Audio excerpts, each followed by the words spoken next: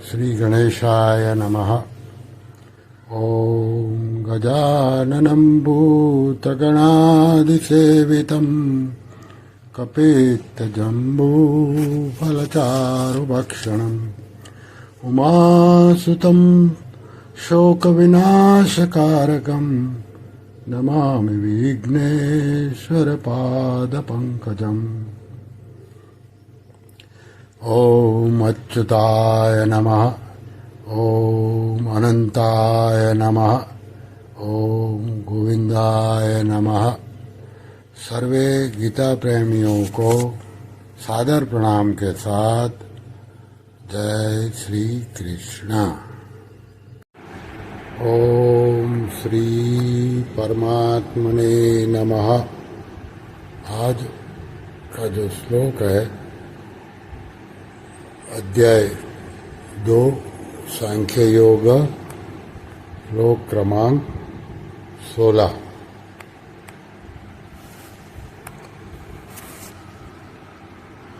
ना सतो विद्यते भावो ना भावो विद्यते सतः उभयोरपि दृष्टान्तस् त्वन्योत्सत्त्वदवर्षिभिः। अभी इसका हम सामान्य भाषांतर देख ले, फिर आगे इसका अच्छी तरह से विवेचन देखेंगे। असत का तो भाव यानी कि सत्ता विद्यमान नहीं है और सत का अभाव विद्यमान नहीं है। तत्वदर्शी महापुरुषों ने इन दोनों का ही तत्व देखा अर्थात अनुभव किया है। अब ये श्लोक का विवेचन देखे जो कि परम श्रद्धेय स्वामी राम सुखदास जी ने उनकी पुस्तक साधक संजीवनी में समझाया है, वो हम देखें। ना सतो विद्यते भावः, शरीर उत्पत्ति के पहले भी नहीं था, मरने के बाद भी नहीं रहेगा और वर्तमान में भी इसका क्षण प्रतिक्षण अभाव हो रहा है। तात्पर्य है कि यह शरीर भूत भविष्य और वर्तमान इन तीनों कालों में कभी भाव रूप से नहीं रहता, अतः यह असत है। इसी तरह से इस संसार का भी भाव नहीं है, यह भी असत है। यह शरीर तो संसार का एक छोटा सा नमूना है, इसलिए शरीर के परिवर्तन से संसार मात्र के परिवर्तन का अनुभव होता है कि इस संसार का पहले भी अभाव था और पीछे भी अभाव होगा तथा वर्तमान में भी अभाव हो रहा है। संसार मात्र काल रूपी अग्नि में लकड़ी की तरह निरंतर जल रहा है। लकड़ी के जलने पर तो कोयला और राख बची रहती है, पर संसार को काल रूपी अग्नि ऐसी विलक्षण रीति से जलाती है कि कायरता ऐसी विलक्षण रीति से जलाती है कि कोयला अथवा राख कुछ भी बाकी नहीं रहता। वह संसार का अभाव ही अभाव कर देती है। इसलिए कहा गया है कि असत की सत्ता नहीं है। ना भावो विद्यते सतः, जो सत वस्तु है उसका अभाव नहीं होता, अर्थात जब देह उत्पन्न नहीं हुआ था तब भी देही था, देह नष्ट होने पर भी देही रहेगा और वर्तमान में देह के परिवर्तनशील होने पर भी देही उसमें ज्यों का त्यों ही रहता है। इसी रीति से जब संसार उत्पन्न नहीं हुआ था उस समय भी परमात्मा तत्व था, संसार का अभाव होने पर भी परमात्मा तत्व रहेगा और वर्तमान में संसार के परिवर्तनशील होने पर भी परमात्मा तत्व उसमें ज्यों का त्यों ही है। अभी इसके बारे में मार्मिक बात समझ ले। संसार को हम एक ही बार देख सकते हैं, दूसरी बात नहीं, कारण कि संसार प्रतिक्षण परिवर्तनशील है। अतः एक क्षण पहले वस्तु जैसी थी, दूसरे क्षण में वह वैसी नहीं रहती। जैसे सिनेमा देखते समय पर्दे पर दृश्य स्थिर देखता है, पर वास्तव में उसमें प्रतिक्षण परिवर्तन होता रहता है। मशीन पर फिल्म तेजी से घूमने के कारण वह परिवर्तन इतनी तेजी से होता है कि उसे हमारी आंखें नहीं पकड़ पाती।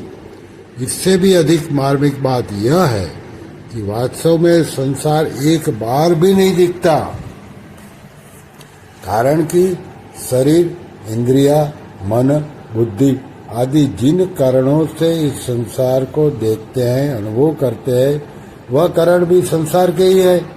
अतः वास्तव में संसार से ही संसार दिखता है। जो शरीर संसार से सर्वथा संबंध रहित है, उस स्वरूप से संसार कभी दिखता ही नहीं। तात्पर्य यह है कि स्वरूप में संसार की प्रतीति नहीं है। संसार के संबंध से ही संसार की प्रतीति होती है। इससे सिद्ध हुआ कि स्वरूप का संसार से कोई संबंध है ही नहीं। दूसरी बात, संसार यानी कि शरीर, इंद्रिया, मन, बुद्धि, ये सबकी सहायता के बिना चेतन स्वरूप कुछ कर ही नहीं सकता। इससे सिद्ध होता है कि मात्र क्रिया संसार में ही है, शरीर में नहीं। स्वरूप का क्रिया से कोई संबंध है ही नहीं। संसार का स्वरूप है क्रिया और पदार्थ। जब स्वरूप का न तो क्रिया से और न पदार्थ से ही कोई संबंध है, तब ये सिद्ध हो गया कि शरीर, इंद्रिया, मन, बुद्धि सहित संपूर्ण संसार का अभाव है। केवल परमात्मा तत्व का ही भाव यानी कि सत्ता है, जो निर्लिप्त रूप में सबका प्रकाशक और आधार है। उभयोरपि दृष्टोन्तस्त्वन्योत्सवर्दस्य भी, इन दोनों के अर्थात सत असत देह के तत्व को जानने वाले महापुरुषों ने इनका तत्व देखा है, इनका निचोड़ निकाला है। केवल एक सत तत्व ही विद्यमान है। असत वस्तु का तत्व भी सत है और सत वस्तु का तत्व भी सत है। अर्थात दोनों में तत्व एक सत ही है। दोनों का तत्व भाव रूप से एक ही है। अतः सत और असत, इन दोनों के तत्व को जानने वाले महापुरुषों के द्वारा जानने में आने वाले एक सत तत्व ही है। असत की जो सत्ता प्रतीत होती है, वह सत्ता भी वास्तव में सत की ही है। सत की सत्ता से ही असत सत्तावान प्रतीत होता है।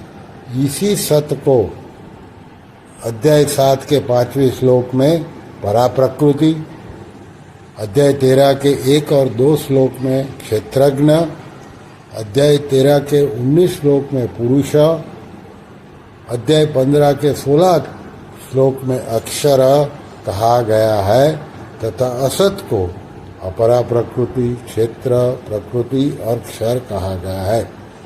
अर्जुन भी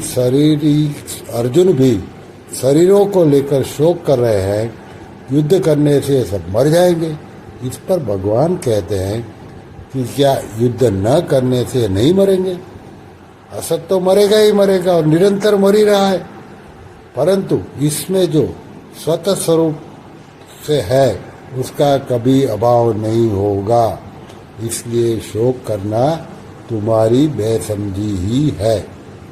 11वें श्लोक में आया है कि जो मर गए हैं और जो जी रहे हैं, इन दोनों के लिए पांडित जन शोक नहीं करते। 12वें 13वें श्लोकों में देही की नित्यता का वर्णन है और धीर शब्द आया है। 14वें 15वें श्लोकों में संसार की अनित्यता का वर्णन आया है, तो उसमें भी धीर शब्द आया है। ऐसे ही यहाँ 16वें श्लोक में सत असत का विवेचन आया है, तो इससे तत्वदर्शी शब्द आया है। इन श्लोकों में पंडित, धीर और तत्वदर्शी पद देने का तात्पर्य है वो जीव विवेकी होते हैं, समझदार होते हैं, उनको शोक नहीं होता। अगर शोक होता है तो वे विवेकी नहीं है, समझदार नहीं है। श्री कृष्ण शरणम मम, ओम श्री कृष्ण शरणम मम, श्री कृष्ण शरणम मम, ओम श्री कृष्ण शरणम मम, श्री कृष्ण शरणम मम। ओम श्री कृष्णार्पणमस्तु।